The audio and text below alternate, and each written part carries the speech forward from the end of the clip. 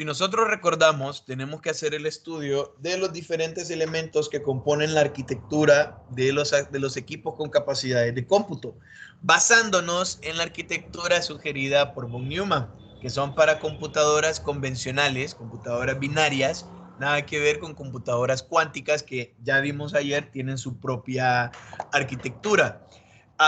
Hemos evaluado el procesador, consecuencia lógica, ahora vamos a evaluar de la memoria. Perdón, ahora vamos a evaluar la memoria. ¿Por qué? Porque recordemos que el procesador toma de la memoria las instrucciones que tiene que leer, decodificar y ejecutar. Este es un pequeño meme.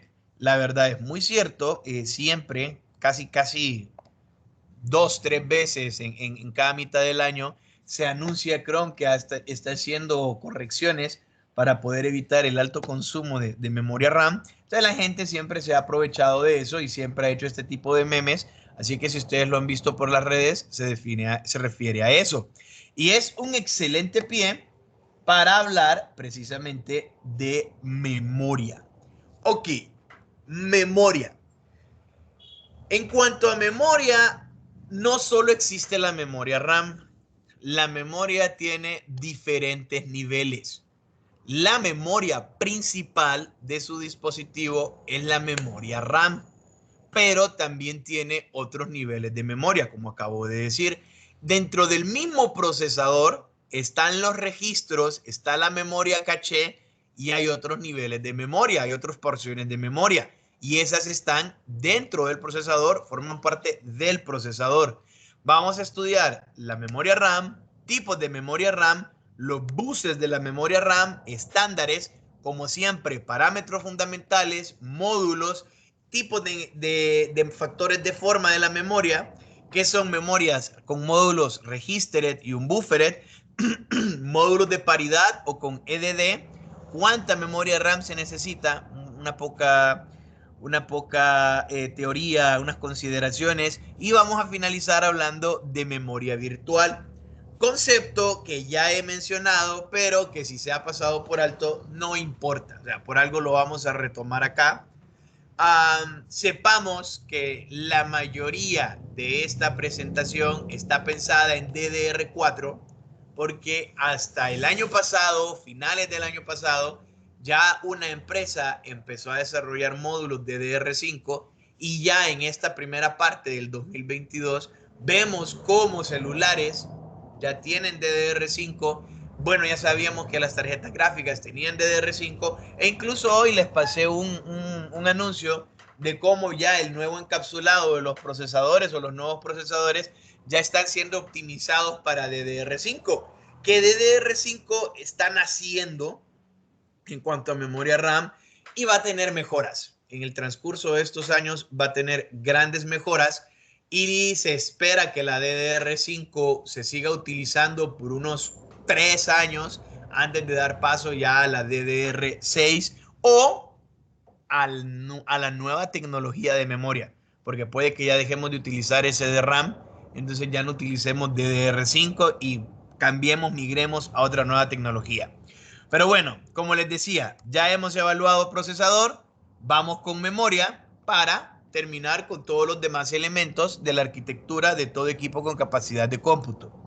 Si bien el procesador es el que realiza el trabajo, porque acuérdense, lee, decodifica, obtiene los datos, ejecuta y sigue con la siguiente instrucción, la memoria es un elemento igual de importante, ya que la misma puede no solo interrumpir con el trabajo del procesador, sino que además es la que le alimenta de las instrucciones. En la memoria RAM se cargan los programas en ejecución. Estos programas en ejecución se dividen en procesos o instrucciones o procesos consecuentes y esos procesos son las instrucciones que va leyendo el procesador. Entonces, es un lugar intermedio entre el almacenamiento secundario, donde están almacenados los programas, y el procesador, porque estos programas tienen que ponerse en ejecución y donde se almacenan es en memoria RAM. La memoria necesita ser grande para poder almacenar la mayor cantidad de información posible. Si esto no nos basta, la memoria tiene que ser rápida. ¿Por qué? Para poder acceder en la menor cantidad de tiempo a esa información. Y por si todavía no fuese ya una limitante, tiene que ser económica. Por desgracia, actualmente eso no se puede cumplir. No podemos tener una memoria que satisfaga los tres elementos: gran capacidad, económica y gran velocidad de acceso a la información. Yo recuerdo que allá por el 2019, yo le mencionaba a los estudiantes finales del 2018, inicio del 2019, que si alguien lograse desarrollar algo que fuese de gran capacidad, de gran velocidad y muy económica, pues sería una innovación que le daría cierta porción de las ganancias del mercado. Justo se había mencionado eso cuando se empezaba a promocionar los niveles de memoria de Intel Optane, esa tecnología de Intel Optane que ya la vamos a ver. Y vamos a ver por qué sale Intel Optane y qué fue lo que pasó con Intel Optane al final. Por desgracia no se puede cumplir porque en la actualidad los diseñadores dijeron que para explotarlo fue necesario. Por ejemplo, un disco magnético tiene una gran capacidad de almacenamiento, pero en tiempo el acceso es caro. Se dice que es caro el acceso a disco porque consume demasiado tiempo y el tiempo es un recurso. Entonces, muchos autores, ustedes van a encontrar en varios libros una pirámide similar o una figura similar, donde entre más lejos de la punta estoy, el almacenamiento es más grande. La base de la pirámide es el tamaño. Entre más grande es porque hay más almacenamiento y entre más pequeño es porque es menos almacenamiento. La memoria interna de una máquina, tenemos los registros del procesador, el niveles de caché dentro y fuera del procesador, la memoria principal y la memoria Intel Optane. En cuanto a memoria externa, esto fue de un libro antiguo, discos magnéticos, pero también tenemos discos duros y tenemos unidades de estado sólido, ¿ok? También tenemos los discos ópticos y tenemos los floppy. Y el almacenamiento secundario son cintas magnéticas, discos externos. Entonces, pensemos en esto. Digamos que nosotros estamos en la universidad y está el edificio donde nosotros recibimos las clases. Entonces, voy a poner a competir a Catherine y a Yanni, ¿sí? Entonces, yo vengo y le digo a Paola, mire Paola, en este edificio yo he escondido un dado, ¿sí? Un dado de oro y un dado, este dado es un poquito grande, mide 6 centímetros de lado, ¿sí? Es un dado de oro, es dorado. Y usted tiene 10 minutos para encontrarlo en todo el edificio. Eso le digo a Paola. Luego vengo y le digo a Catherine, Catherine, fíjese que he escondido un dado de 6 centímetros, un dado dorado, y lo he escondido en cualquier lugar de la universidad. Usted tiene 10 minutos para encontrarlo. De por sí, a quien le toque en el edificio, que es grande, le va a costar, y quién sabe que lo logre, encontrarlo en 10 minutos. No digamos la persona que está buscando en toda la universidad. Esa es la relación que estamos viendo. Entre más grande es el almacenamiento, me cabe mayor información. Sin duda, me cabe mayor información. Pero necesito más tiempo para recorrerla. Entre más pequeña es el área de almacenamiento, puedo encontrar las cosas más rápido, pero no me cabe mucha información. Entonces es ese jugar entre capacidad, velocidad de acceso y economía, porque de nada me sirve que sea rápido si me va a costar cientos de dólares. De nada me sirve que sea muy grande si me va a costar miles de dólares, que es una relación que nosotros vemos en cuanto al precio cuando estamos comprando dispositivos con discos duros versus dispositivos con unidades de estado sólido. Memoria RAM. Como hemos podido ver en la figura, en esta figura de acá, existen tres niveles para clasificar los tipos de memoria. Dentro de la memoria interna encontramos la memoria principal.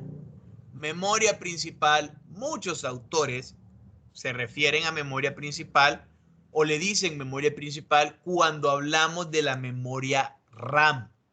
RAM, por sus siglas en inglés, de Random Access Memory o memoria de acceso aleatorio. Vamos, esto ustedes lo vieron en su curso de introducción y si algún BTP en tecnología estuvieron, pues ahí lo tuvieron que haber visto. Es donde la computadora almacena de manera temporal, es temporal, ¿sí? No es permanente, segmentos de información de uso más frecuente o con los cuales trabajará de manera inmediata en ese intervalo del tiempo. Se conoce como memoria RAM porque es posible acceder a cualquier ubicación de ella de manera aleatoria y rápida. Es volátil, no porque explote, sino porque cuando ya no recibe la alimentación de energía, se pierde la información. La información en la memoria RAM no es persistente. Es muy rápida para trabajar en ella, ¿sí? Es de acceso aleatorio, pero no es persistente, ¿ok? Acceso aleatorio. Yo no sé quién de acá sea fanático de las películas de Marvel, pero precisamente menciono las películas de Marvel porque Star-Lord tiene algo como esto que no sé quién, de verdad quién, los haya visto o los haya usado, ¿sí? Este dispositivo de acá se llama Walkman y servía para leer cintas magnéticas llamadas cassettes, ¿sí? Cassette, esto es un cassette. Y el cassette o tape, o tape de música, lo que yo tenía era información. En esta cinta magnética, ¿sí? Que Bruno Mars tiene un video, Just the Way You Are, que él agarra un cassette, le saca la cinta y empieza a dibujar con ella, hacer una escultura 3D, un dibujo 3D con ella. Lo que uno almacenaba era la cinta. Lo que a mí me interesa, y esperando que no me vayan a banear esto por propiedad intelectual, es el hecho que la cinta tenía que pasar de un engranaje al siguiente. Y cuando se pasaba de un lado a otro, en la parte de aquí abajo, el Walkman o la grabadora o el equipo tenía un lector de cintas magnéticas. Y lo que leía era precisamente la información que la traducía en música. Este tipo de acceso es secuencial. Las cintas magnéticas que todavía se utilizan en la actualidad son de ese tipo y respetan esa tecnología, pero es un acceso secuencial. ¿A qué me refiero? Digamos que yo tengo acá mi cinta y la tengo extendida, ¿sí? Entonces, el lector, la cabeza lectora, está en esta posición. Cuando la cinta vaya dando vueltas, vaya circulando, la cabeza lectora va a leer. Entonces, ¿qué pasa si yo tengo una canción que quiero escuchar y la canción que quiero escuchar está en este pedazo de aquí?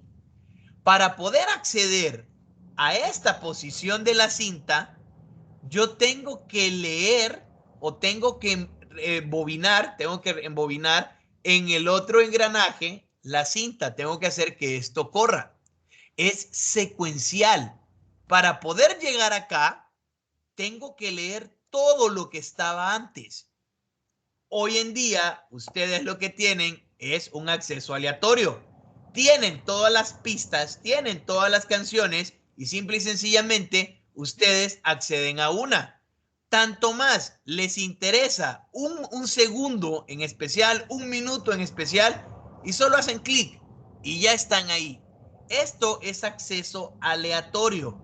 De manera aleatoria puedo acceder a las porciones de la información. Si fuera secuencial y yo quisiera poder agarrar algo, tendría que darle, no, aquí no puedo, tendría que darle adelantar y tendría que empezar a ver cómo eso empieza a recorrer hasta llegar al punto. Entonces, por eso es aleatorio, por eso es acceso aleatorio, por eso supuso un boom, un hito, una mejora, porque ya tenía yo acceso a gran velocidad a ciertas porciones de esta memoria. Se compone de módulos conectados, soldados, a una placa con una serie de pines que se conecta a la tarjeta madre, que vamos a estudiar después de memoria. Esta memoria es mucho más rápida que el almacenamiento secundario y los niveles de memoria externa, ¿ok? Es más rápido acceder a la memoria RAM que acceder al almacenamiento interno, disco duro o unidad de estado sólido. Por eso es que es la memoria intermedia. El procesador tiene que leer de memoria las instrucciones. Entonces, ya piénsenlo con que aquí está la memoria RAM y aquí está el procesador. Para que la instrucción, para que los códigos binarios viajen de aquí a acá, consumen tiempo. Y ese tiempo lo tengo que aprovechar para, ese no es un kiwi, es un reloj, discúlpenme, ese tiempo lo tengo que aprovechar para optimizar, porque cada ciclo del procesador no lo puedo desperdiciar. Y ojo, ya vamos a ir viendo que ahora están sincronizadas los ciclos del procesador con los ciclos de la memoria RAM y los ciclos de la tarjeta madre. Antes no estaban sincronizados. Entonces, el tiempo que me toma a mí obtener la instrucción tiene que ser mínimo, pero obtener algo del almacenamiento secundario consume más tiempo. La tecnología es diferente. Cualquiera me va a decir, ay, pero si solo son milésimas de segundo, medio les está cargando una página web y se desesperan. Somos nosotros consumidores de la inmediatez. No han pasado ni 30 segundos cuando algo no carga y uno dice, qué lento. No han pasado 15 segundos sin ver que algo se está moviendo y dice, qué lento. Imagínense que uno tuviera que esperar 3 segundos, 4 segundos para que cada instrucción llegase al procesador. Definitivamente eso no lo permitiríamos. No utilizaríamos una terminal con esas características. Como dato curioso, las primeras memorias RAM fueron construidas después de la Segunda Guerra Mundial y se emplearon materiales magnéticos llamados ferrita. Acuérdense que la Segunda Guerra Mundial fue de 1939 a 1945, donde la mayor cantidad de personas que murieron fueron de Rusia. Por eso es que en Rusia es mayor la población femenina que masculina. Y por eso es que en Rusia la mayoría de la población femenina tiene un alto nivel atractivo. Tiene que ver con esto de las muertes en la Segunda Guerra Mundial. Datos interesantes para que no nos terminemos de aburrir si ya estábamos perdiendo el hilo, si ya nos habíamos distraído. ¿Ok? Entonces, bien, tipos de memoria RAM. Vamos a estudiar los tipos de memoria RAM, no porque necesito que se los aprendan, sino porque son datos históricos, es un tanto interesante y nos ayuda a hacernos con una mejor comprensión del funcionamiento de las mismas. O sea, las tienen que memorizar para nada. ¿Se siguen utilizando? Algunas ya no. Algunos de estos tipos de memoria no se utilizan desde hace muchísimos años, pero como les digo, es parte del aprendizaje. Tenemos memoria DRAM, tenemos memoria SRAM, tenemos memoria SDRAM, tenemos memoria EDORAM, BEDORAM, SLDRAM, ESDRAM y ya vamos a ir viendo qué significa. En este caso, las primeras memorias eran DRAM o Dynamic Read Aleatory Memory. Utilizaban capacitores. Luego venían las SRAM, Static Read Aleatory Memory. Utilizaban transistores y eran usadas como memoria caché. Estas dos fueron los primeros tipos de memoria que se utilizaron, ¿sí? Pero para pasar de DRAM a SDRAM, tuvimos que pasar por las FPM, por las EDORAM. Cuando hablamos de SDRAM, hablamos de la tecnología que estamos utilizando ahorita, DDR. SDRAM DDR4. Pero no es la única. Está la R de RAM, la DDR SDRAM, que esta de aquí, no sé por qué los autores la separan, porque en realidad es esta misma, pero bueno, así la encontré en la bibliografía. SLDRAM, SDRAM, y estas no se están utilizando. De verdad no se están utilizando. Pero bueno, regresemos a la primera parte. DRAM obtiene su nombre por Dynamic Random Access Memory o memoria de acceso aleatorio dinámico. Fue la primera en usarse, por consecuencia lógica, la más lenta y la más barata. Se utilizó hasta la época de las computadoras 386. Y vean, tenía una velocidad de 80 o 70 nanosegundos. Este nanosegundo era el tiempo que ocupaban en vaciarse para entregar la siguiente serie de datos. ¿Qué es eso de vaciarse? Yo tengo el almacenamiento secundario, que es donde están los programas. Yo tengo mi memoria RAM y yo tengo mi procesador en espera de las instrucciones. Los programas se cargan en la memoria, pero en este tipo de memoria se cargaba toda una porción de procesos y se empezaba a vaciar. La cuestión está que para volver a cargar procesos o para cargar las siguientes tramas de los procesos, porque no todo es cargado en RAM, por eso tenemos marcos de página, yo tenía que esperar a que se vaciara, ¿ok? A que todas las instrucciones fueran leídas. Entonces, formateaba la memoria, la vaciaba y la volvía a llenar.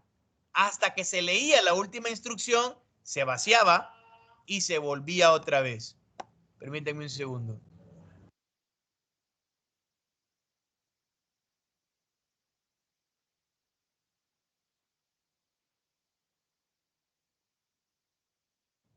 Lo lamento. Ok, bueno, físicamente aparecían en forma de DIM o SIM, que son 30 pines. Esto de físicamente era la manera en que se conectaban a la tarjeta madre y eran unas ranuras grandes de 30 pines. Es una memoria asíncrona, no está sincronizada, hay una asincronía. ¿Con qué? Con los diferentes componentes del sistema. Eso significa que un ciclo de la memoria no duraba lo mismo que un ciclo del procesador. Entonces, a veces, mientras el procesador hacía 3 ciclos, esta memoria solo hacía 1. Entonces, el procesador tenía que esperar a la memoria. Desperdiciaba 2 ciclos, por poner un ejemplo. Esta memoria llegó a alcanzar una memoria de 40 a 30 nanosegundos, llamándose EDO-RAM, que EDO-RAM fue la mejora de este estilo de memoria y tenía esa ventaja que era más rápida, se vaciaba en menos tiempo, pero funcionaba igual. O sea, nosotros pasamos de DRAM a EDO-RAM, ¿ok? ¿Qué es lo que pasa con la FPM o Fast Page Memory? Es la primera evolución, o sea, la de RAM para pasar a este tipo de velocidad tuvo que cambiar un poco la manera en que funcionaba, ¿sí? Siempre se vaciaba antes de volver a cargarse, pero ¿qué es lo que pasaba? Nosotros lo que hacemos ahora es que utilizábamos una matriz, me estoy adelantando. Es la evolución de la de RAM. A veces se encuentra como DRAM o solamente RAM. Es la versión mejorada, tanto por su estructura en modo de página rápida, como por tener menor velocidad en vaciarse. Usada hasta con las primeras computadoras Pentium. Físicamente aparecían como SIM de 30 o 72 contactos. Los de 72 en Pentium y algunas máquinas 486. Ok, para acceder a este tipo de memoria se especificaba la fila, que era una página, por eso viene el page. Luego la columna. Entonces yo dividía esa memoria en una matriz y en esa matriz, dividido por filas y columnas, yo colocaba las instrucciones, los procesos, los datos. Entonces, ¿qué era lo que pasaba? Yo comenzaba leyendo una fila. Luego yo tenía que indicar la columna. Eso está en la tercera columna. Ah, ok. 0, 1, 2. La tercera columna, el dato está acá. Si el siguiente dato estaba en la misma fila, yo me desplazaba entre columnas. Pero si cambiaba de fila, me tardaba más. ¿Ok? Entonces, para los sucesivos accesos de la misma fila, solo era necesario especificar la columna, quedando la columna seleccionada desde el primer acceso y no me moví en la fila. Eso hace que el tiempo de acceso en la misma fila sea más rápido. Por eso es que la diferencia de memoria no es tanto, es de 10 nanosegundos, porque solo se optimizaba la información o se optimizaba la velocidad cuando estaba en la misma fila. Pero cuando tenía que cambiar de fila, pues ya ahí era problema. Eso nos llevó entonces a las EDORAM. Es la sucesora del FPM y lo interesante es que permitía introducir datos mientras se vaciaba. Yo les decía, antes yo tenía la memoria, se llenaba de datos y empezaba a mandar al procesador. Cuando ya no habían datos por mandar, era un vaciado, volvía a llenar la memoria. En este tipo de tecnología, mandaba una instrucción. Ah, ok, magnífico. Esa instrucción ya no la necesitaba. Entonces, podía mandar la siguiente instrucción y podía almacenar una nueva instrucción en esto. De manera que iba vaciando y llenando la memoria. Por eso es que la velocidad se duplicó, o sea, disminuyó a la mitad. Pasábamos de 80 nanosegundos a 40 nanosegundos, ¿sí? Se utilizaba en las Pentium MMX y en la tecnología AMD K6. Siempre era una SIM de 72 contactos o una DIMM de 168. La ventaja de la memoria EDO es que mantenía los datos de salida hasta el siguiente acceso a memoria. Eso permitía al procesador ocuparse de otras tareas sin tener que atender a la memoria. Esto es, el procesador seleccionaba la posición de memoria, realizaba otras tareas y cuando la volvía a consultar, los datos seguían siendo válidos. ¿Por qué? Porque no la tenía que vaciar. Si el proceso no había terminado, pero necesitaba otro proceso, acuérdense que a veces la salida de un programa es la entrada de otra. Entonces, en vez de vaciar, cargar el nuevo proceso, obtener la información, vaciar, volver a cargar donde estaba y continuar, como ya habían porciones vacías de memoria, cargaba esos procesos en las porciones que estaban vacías y cuando ya regresaba a esta porción con los datos que necesitaba, no tenía que regresar al disco, entonces era mucho más rápido. Sin embargo, seguía siendo asincrónica. La siguiente mejora fue precisamente sincronizar los ciclos de la memoria RAM con los ciclos de los canales de la tarjeta madre y o los ciclos del procesador. Ahí es donde nace la SDRAM, que es la tecnología que nosotros estamos usando actualmente. Synchronic Random Access Memory. Funciona de manera sincronizada y empezó funcionando con manera sincronizada a la placa, no al procesador, a la placa.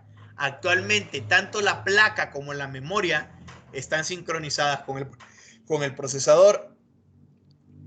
¿Qué mejoras hacía el hecho que estuviera con una sincronía? Que pasamos de 40 nanosegundos a 10 nanosegundos. Se redujo 4 veces la velocidad. Se presentaba en formas de DIMM de 168 pines y es una memoria de 64 bits. Se utilizaba en máquinas Pentium 2 de menos de 350 MHz. Antes de seguir y considerando que de todas maneras si me van a banear el video, estos son los que se refiere a los módulos DIMM. Esos son los DIMM y esos son los SIM, ¿sí? Son los DIMM y son los SIM, ¿sí? A eso es a lo que se refiere, un conjunto de pines. Por eso es que dicen DIMM de tanto pin o SIM de tanto pin. Pero cuando yo hablo de la tarjeta madre, es estos espacios donde yo los conecto, ¿sí? Los módulos de SIM, los módulos de DIMM se tienen que conectar en esas ranuras. A eso es a lo que me estoy refiriendo. ¿Ok? Bien, perfecto. El procesador puede obtener información en cada ciclo del reloj, sin estado de espera, como en el caso de las tecnologías anteriores. SDRAM funciona de una manera totalmente diferente a la FPM o al EDO. ¿Por qué? Porque ya es una memoria sincrónica, es una tecnología diferente, hubo mucha investigación y esa fue la conclusión.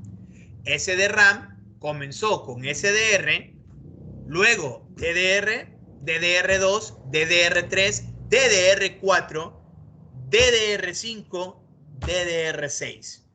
Actualmente las tarjetas gráficas y los celulares están utilizando DDR5 y las computadoras ya están empezando a utilizar DDR5. Las tarjetas gráficas ya eran DDR5 desde antes, ¿ok?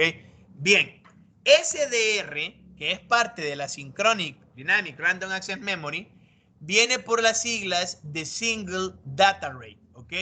Estamos hablando de una transferencia de datos singular en un solo sentido. Es una DIMM de 168 contactos. Acuérdense, está la DIMM y aquí están los contactos. Y eso va colocado en la tarjeta madre y ahí es donde se colocan los contactos y entro al bus. Tiene una velocidad de bus de 66 a 133 MHz. Un acceso por ciclo del reloj. Un acceso, ¿ok? Hay un ciclo, hay un acceso. Hay un ciclo, hay otro acceso. Es un acceso por ciclo del reloj. Son frecuencias PC66, PC100 o PC133. Dato histórico curioso con el cual ustedes no tienen que lidiar. Dependiendo de la placa madre, la frecuencia base de ese bus. Entonces, habían tarjetas madre, PC66, PC100 y PC133. Entonces, cuando usted iba a comprar una memoria RAM, usted decía, deme una memoria RAM de 256 megas. Y le preguntaban, ¿de qué frecuencia? Y la gente decía, pues no sé. Y el problema aquí no es como ahora que usted tiene un puerto y que el puerto tiene una forma y que si no cabe, no lo puede conectar. Como el DIMM era el mismo, las tres tarjetas cabían en el mismo conector. Pero como tenían que ser sincronizadas, si la memoria era PC100 y la placa base era PC66, no se podían sincronizar. Ahora no importa, ahora todas están en la misma sincronía, en la misma velocidad, entonces no hay ningún problema. Pero antes sí teníamos nosotros que estar viendo la frecuencia de la base para poder comprar las memorias. Bien, SDR evoluciona a DDR. La S cambia por la D. Dynamic RAM sigue igual, ¿ok? La S cambia por la D. ¿Y de qué viene esta letra D? Que esta era una transferencia simple de datos, pero esta ya era una transferencia doble. ¿Qué significa que sea doble? Que tenía pines a ambos lados. Tenía pines de este lado y tenía pines del otro lado. Entonces, cada vez que había un ciclo, leía uno por un lado y otro por el otro. El acceso era doble. La velocidad de bus es de 100 MHz o 200 MHz, pero esa no es la velocidad efectiva. Y aquí comenzó un poquito a fallar algo porque uno dice, ok, una memoria de 200 MHz, pero si era DDR, como el acceso era doble, en realidad funcionaban a 400 MHz. Eran dos accesos. Entonces, no era lo mismo en los parámetros funcionales la velocidad nominal que la velocidad efectiva de la memoria. Estas memorias consumían entre 0 y 2.5 voltios. Nos vamos a quedar acá. Mañana vemos la evolución de la DDR1, que son las DDR2. Voy a darle stop aquí. Y mañana, entonces,